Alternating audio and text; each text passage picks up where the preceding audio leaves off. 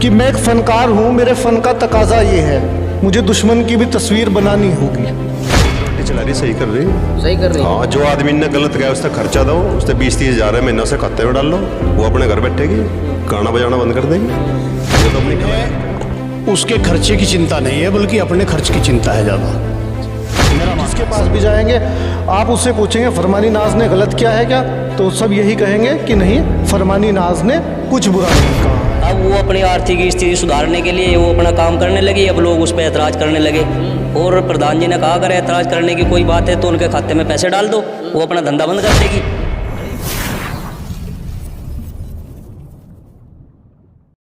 मुजफ्फरनगर की रहने वाली एक गरीब घर की गायिका फरमानी नाज को ऐसा फरमान मिला है जिसके बाद शायद ही किसी को ये फरमान सही लगे, क्योंकि फरमानी नाज ने कावड़ यात्रा के दौरान शंभू शंभू एक भजन क्या गाया। फरमानी नाज पर मुस्लिम धर्म गुरुओं का फरमान लगातार आने लगा कि ये इस्लाम के खिलाफ है और इस्लाम में इसकी इजाज़त नहीं है। यही जानने में मुस्लिम समाज के बीच पहुंचा हूं, क्या एक कलाकार को भी अब जातियां धर्म देखकर कलाकार बनना पड़ेगा? क्या एक कलाकार की कलाकारी को जातीय धर्म देखकर सुनना पड़ेगा, या फिर गायकी को भी धर्म का चश्मा पहनाकर बदनाम किया जाएगा? इसी पर बात करने के लिए मेरे साथ मुस्लिम समाज मौजूद है, उनसे मैं बात करूंगा। पहले आपसे बात करना चाहूंगा वासिल खान भाई, क्या हो गया अगर शंभू शंभू भजन गाया तो फरमानी पर फरमान क्यों?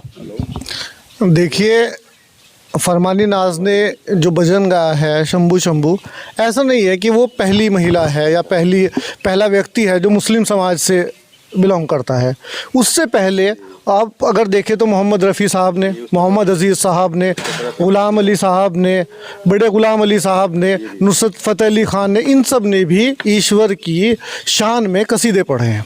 ये ऐसा पहली बार नहीं है, इससे पहले भी हुआ है।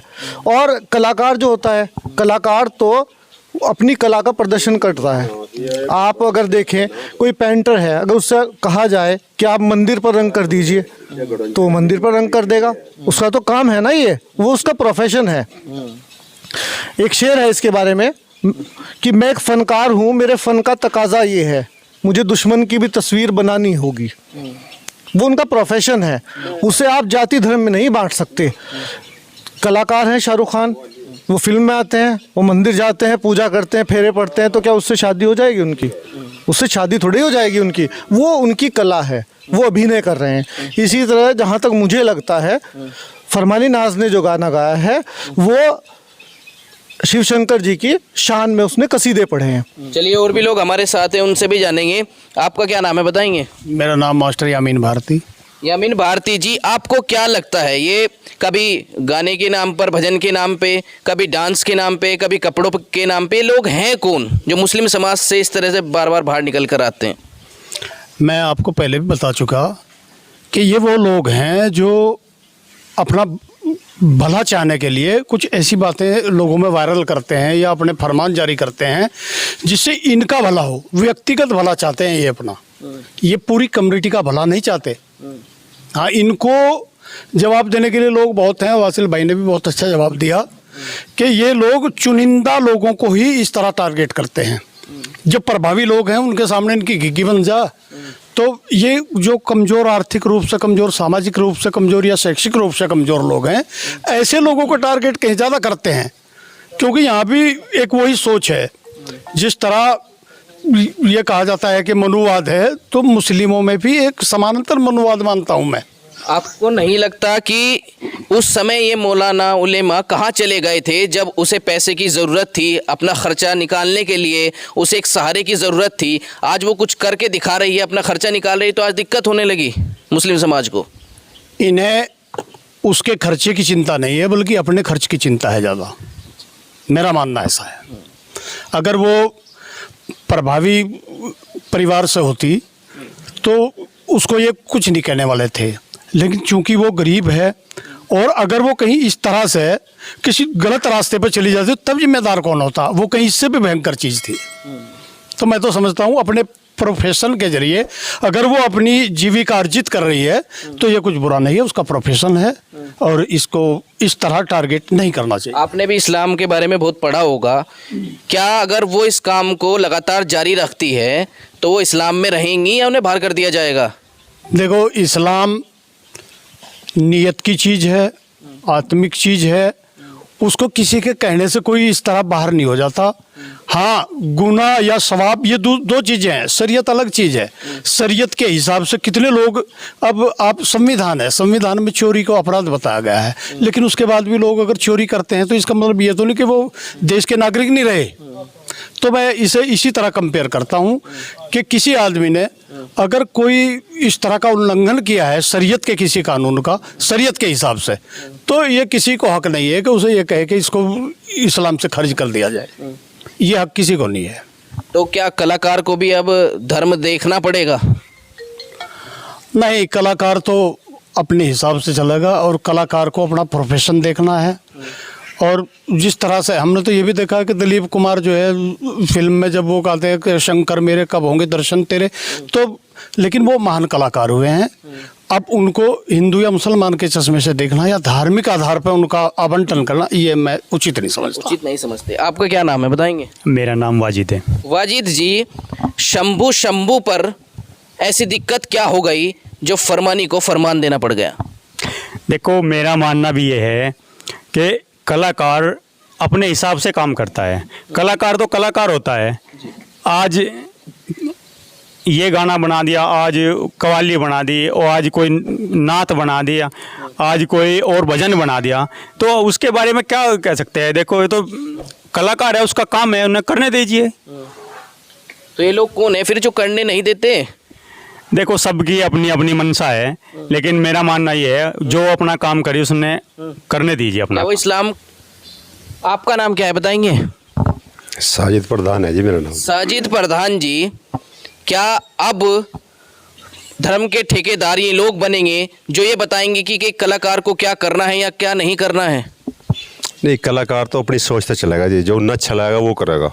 ना कलाकार किसी के बांधे बरजे होते, न कलाकारी कोई धर्म के हिसाब से होती। वो तो एक कलाकार है, उसको तो जैसा करोगे वैसा ही करेगा। वैसा करेगा जी। आप क्या मानते हो, गलत कर रही हैं? सही कर रही है जी, वो अपनी रोजी रोटी चला रही, सही कर रही। सही कर रही हैं। हाँ, जो आदमी ने गलत किया उसका खर्चा दो, उससे 20-30 हज़ार महीना से खाते में डाल लो, वो अपने घर बैठेगी, गाना बजाना बंद कर देगी, नहीं तो अपनी कलाकारी करेगी।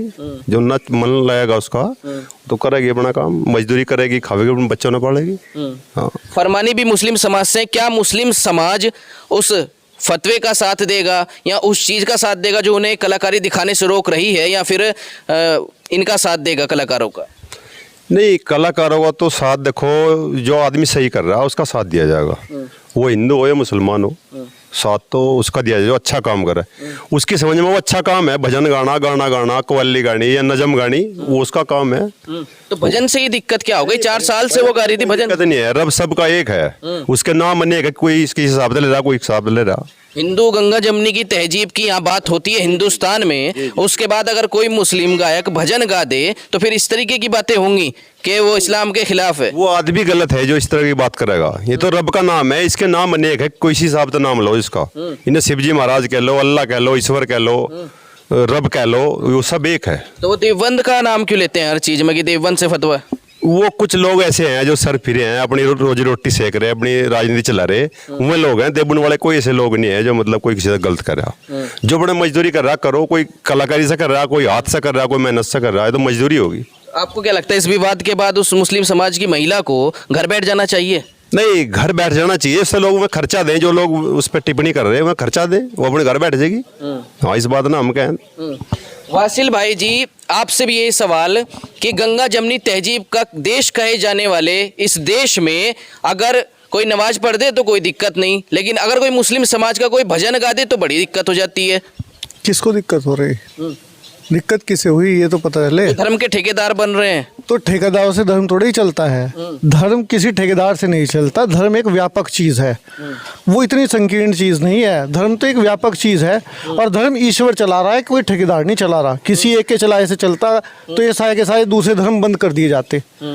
अगर मुस्लिमों के हिसाब से चलता, कोई ठेकेदार ऐसा होता तो फिर ये सारे हिंदू ना ख़त्म हो जाते। ये सारे के सारे जितने धर्म है बाकी सबको ख़त्म कर दिया जाता। ऐसा नहीं है, सब धर्म चल रहे हैं और ईश्वर के चलाए से ही चल रही है। वो जिस दिन चाहेगा वो पूरी दुनिया को रोक देगा। सुनिए, अभी आपने यहाँ 5-6 आदमियों की राय ली है, क्या किसी ने फरमानी नाज को बुरा कहा? आप बताइए, किसी ने कहा क्या बुरा? नहीं कहा ना। आप जहाँ भी जाएंगे, जिसके पास भी जाएंगे, आप उससे पूछेंगे फरमानी नाज ने गलत किया है क्या, तो सब यही कहेंगे कि नहीं, फरमानी नाज ने कुछ बुरा नहीं कहा है। अब एक मिस्त्री ले लीजिए, आप उसे कहिए कि भाई मेरे यहाँ पर घर बनाना है, वो कहेगा ठीक है जी, इस हिसाब से मेरी दिहाड़ी पर आ जाऊँगा। फिर आप कहिए कि मुझे मंदिर बनाना है, वो कहेगा ठीक है जी, मुझे रख लो, मैं मंदिर भी बना दूँगा। इसी तरह से ये जो लकड़ी का काम करते हैं, नक्काशी करते हैं, ये भाई मस्जिद के लिए भी काम करते हैं, मस्जिद के भी वो बनाते हैं, मिंबर बनाते हैं ये।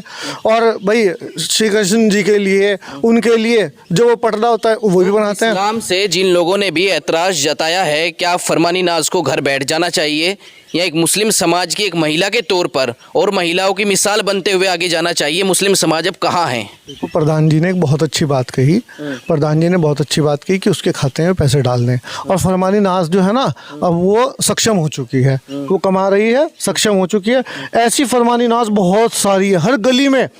आप किसी भी शहर की, किसी भी बस्ती की, किसी भी गाँव की किसी गली में चल जाएंगे, हर गली मोहल्ले में 1-2 फरमानी नाज मिल जाएगी, जो अपना पेट पालने के लिए घर से बाहर निकलती है, जिसे अपने साथ समझौता करना पड़ता है, समाज के साथ समझौता करना पड़ता है। हर गली मोहल्ले में इस तरह की फरमानी नाज मिल जाएगी। तो आप अपनी अपनी गलियों में ढूंढ लीजिए, आप उनके घर का खर्च उठा लीजिए, उनके बच्चों की शिक्षा दीक्षा का वो उठा लीजिए।